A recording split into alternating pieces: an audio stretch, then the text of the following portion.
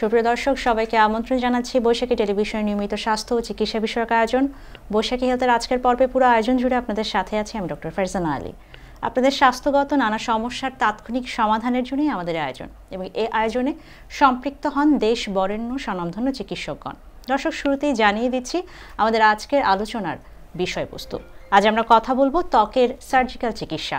আর এই বিষয়ে আলোচনায় আমাদের সাথে স্টুডিওতে উপস্থিত হয়েছেন ডাক্তার মোহাম্মদ আবুল কালাম আজাদ, সার্জারি বিশেষজ্ঞ, সার্জারি বিভাগ, বাংলাদেশ মেডিকেল বিশ্ববিদ্যালয়, সাবেক পিজি হাসপাতাল, ব্যবস্থাপনা পরিচালক এবং consultant, platinum hospital, Panthapath, Dhaka. Sir, আমন্ত্রণ জানাচ্ছি আমাদের আজকের পর্বে। কেমন আছেন?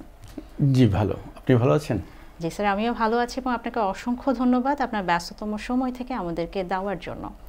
স্যার, একটু শুরুতেই যে বিষয়টা জানতে চাই, যে আমরা তো জানি যে আমাদের শরীরে যে আবরণ, যেটা আমাদের পুরো শরীরটাকে ঢেকে রেখেছে, ত্বক বা স্কিন, স্কিনের বিভিন্ন রকমের সমস্যার কথা কিন্তু আমরা প্রায়শই পড়ে থাকি।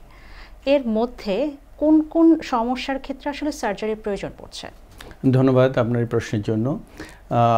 আমরা যেহেতু সার্জিক্যাল পেশেন্ট ডিল করি, আমাদের কাছে যে ধরনের প্রবলেম নিয়ে আসে কজ অফ স্কিন, এর মধ্যে যদি দুইটা ভাগ আমরা করি, একটা হচ্ছে ক্যান্সার ডিপেন্ডেন্ট আর একটা হচ্ছে নন ক্যান্সারাস ডিজিজ।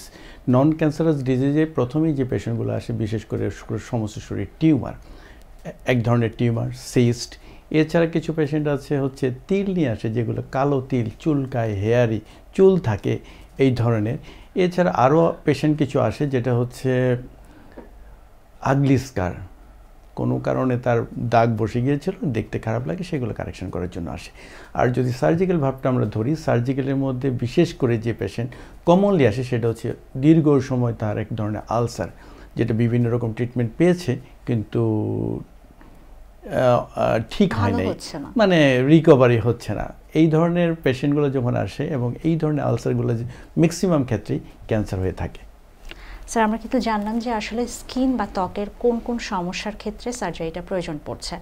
আমরা অনেক সময় দেখি যে অনেক সাধারণ মানুষের শরীরে চর্বির পিণ্ড, বা আমরা যদি মেডিকেল টার্মে বলি লাইপোমা দেখা যায়, এবং অনেকেই জিজ্ঞাসা করে যে এই লাইপোমা হলে আসলেই অপারেশনের প্রয়োজন পড়ছে কিনা। এই বিষয়ে একটু জানতে চাই। এটা একটা কমন ডিজিজ। এই ধরনের পেশেন্ট যখন আমাদের কাছে আসে, এসেই বলে যে স্যার আমার তো টিউমার হয়েছে, এবং সেই টিউমারটা বিশেষ করে সবচেয়ে বেশি ভয় ওদেরকে দিয়ে দেয় প্রতিবেশীরা, বলে যে আপনার তো শরীরে টিউমার হয়েছে, এটা হয়তো বা ক্যান্সার হয়ে যেতে পারে। তো যখন আমরা এই টিউমার এই ধরনের দেখি, এবং সব ক্ষেত্রে এই লাইপোমাগুলো কিন্তু সার্জারির প্রয়োজন পড়ে না। আমরা সার্জারি কখন করি? যখন দেখি যে ওই টিউমার মানে লাইপোমা পেইনফুল হয়, অথবা এমন কোথাও হয়েছে যেখানে বনি প্রমিনেন্ট, তখন দেখা যায় সে যখন কাজ করে, মুভমেন্ট করে, ওখানে ধাক্কা লাগে, তখন সে পেইন ফিল করে, অথবা দেখতে খারাপ লাগে।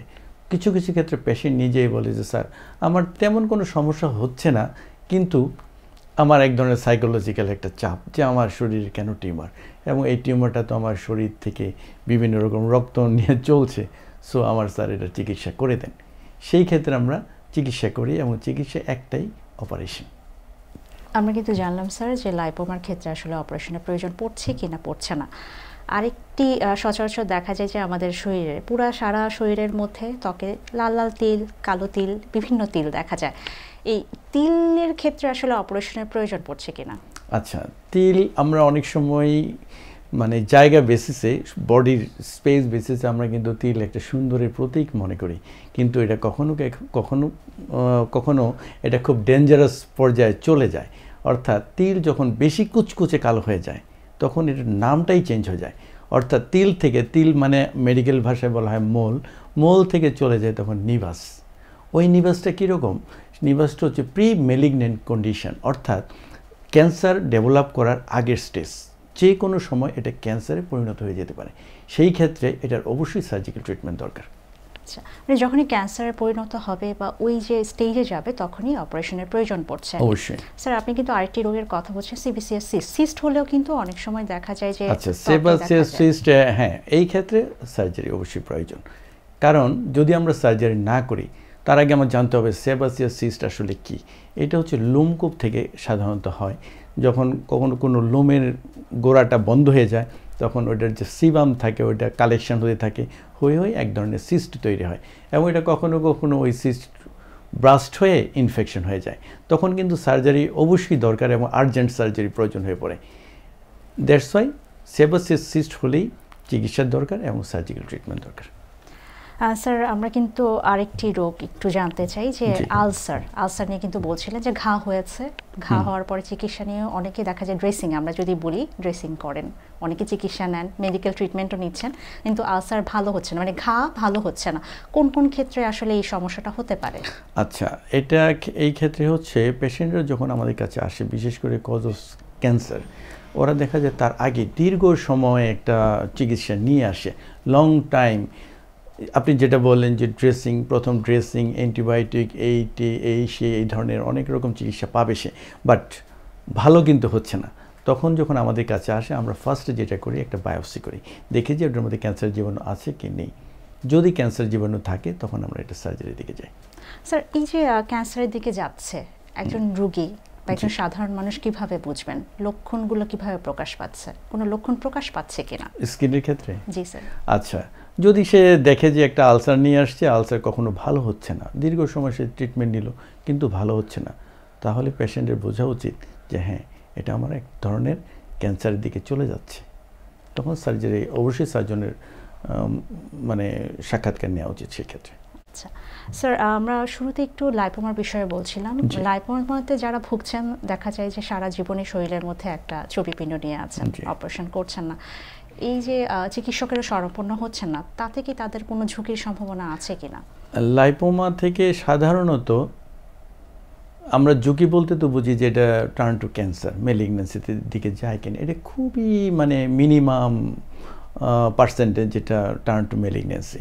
সাধারণত লাইপোমা থেকে বড় ধরনের কোনো ঝুঁকি নেই। স্যার, এই যে ঝুঁকি নেই, আসলে একটা রোগী কিভাবে বুঝবেন যে তার ঝুঁকি নেই বা সে সুস্থ? এই ক্ষেত্রে পেশেন্ট নিজেই বুঝতে পারে, যে দেখবে যে তার শরীরে টিউমার আছে কিন্তু তার কোনো ব্যথা নেই, তার কোনো সমস্যা হচ্ছে না, তখন পেশেন্ট বুঝে নেবে যে এটা আসলে প্রবলেম নেই। স্যার, আরেকটা বিষয় দেখা যায় যে মোল, আমরা যেমন বলছি তিলের উপরে দেখা যায় অনেকের চুল ক্রিয়েট হচ্ছে, এটা নিয়েও কিন্তু অনেকে দেখা যায় সৌন্দর্যের কারণেও কনসার্ন থাকে। যে শুধু এই ক্ষেত্রে যে শুধু সৌন্দর্যের কারণ তা কিন্তু না, এটা এক ধরনের কুসংস্কারও থাকে যে আমার জন্মগতভাবে একটা মানে মোল আসছে, এটার মধ্যে চুল আসছে, এটা কিন্তু কাটা যাবে না। ব্যাপারটা কিন্তু মোটেও সঠিক না, এটা অবশ্যই অপারেশন লাগবে, করে ফেলাটা বেটার তার জন্য। স্যার, অনেক সময় দেখা যায় যে হেমানজিওমা, এগুলো কিন্তু স্কিনে প্রতিলক্ষিত হয়, যেটা আমরা মেডিকেল টার্মে বলে থাকি, এক্ষেত্রে আসলে করণীয় কি? আচ্ছা, হেমানজিওমা যেটা আপনি বললেন, এটা আসলে বুঝতে হবে যে আসলে জিনিসটা কি। এটা কিন্তু এক ধরনের রক্তনালীর একটা টিউমার হোক বা একটা দাগ হোক, এটা বিভিন্ন রকম টাইপ আছে। এই ক্ষেত্রে কিছু কিছু ক্ষেত্রে কিন্তু কনজারভেটিভ ট্রিটমেন্ট আছে, স্ক্লেরোথেরাপি আছে, আর কিছু কিছু ক্ষেত্রে অবশ্যই সার্জিক্যাল ট্রিটমেন্ট লাগবে।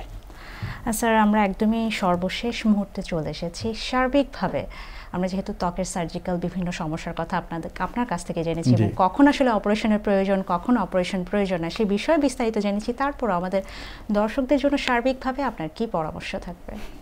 আচ্ছা, দর্শককে আমি এটাই বলবো যে আমাদের যে নর্মাল স্কিন আছে তার থেকে যদি কিছুটা অ্যাবনর্মাল কিছু আমরা পেয়ে যাই, তাহলে চিকিৎসকের শরণাপন্ন হওয়া উচিত। স্যার, অসংখ্য ধন্যবাদ আপনার ব্যস্ততম সময় থেকে আমাদেরকে দেওয়ার জন্য। আশা করি আমাদের আজকের পর্ব থেকে আমাদের দর্শকরা উপকৃত হয়েছেন। ধন্যবাদ স্যার। ধন্যবাদ সবাইকে। দর্শক, কথা বুঝলাম ত্বকের সার্জিক্যাল চিকিৎসা। আশা করি আজকের পর্ব থেকে আপনারা বুঝেছেন যে ত্বকের কোন কোন ক্ষেত্রে বা কোন কোন রোগের ক্ষেত্রে সার্জারি প্রয়োজন পড়ছে, এবং আমরা যে বিস্তারিত বিষয়গুলো নিয়ে কথা বললাম, সেই সমস্যার কোনোটা যদি আপনাদের ত্বকে দেখা দেয়, কাল বিলম্ব না করে অবশ্যই চিকিৎসকের শরণাপন্ন হবেন। আপনাদের সবার সুস্বাস্থ্য কামনা করে শেষ করছি বৈশাখী টেলিভিশন নিয়মিত স্বাস্থ্য চিকিৎসা বিষয়ক আয়োজন বৈশাখী আজকের পর্ব। সবাই ভালো থাকুন, সুস্থ থাকুন, বৈশাখী টিভির সাথেই থাকুন। ধন্যবাদ সবাইকে।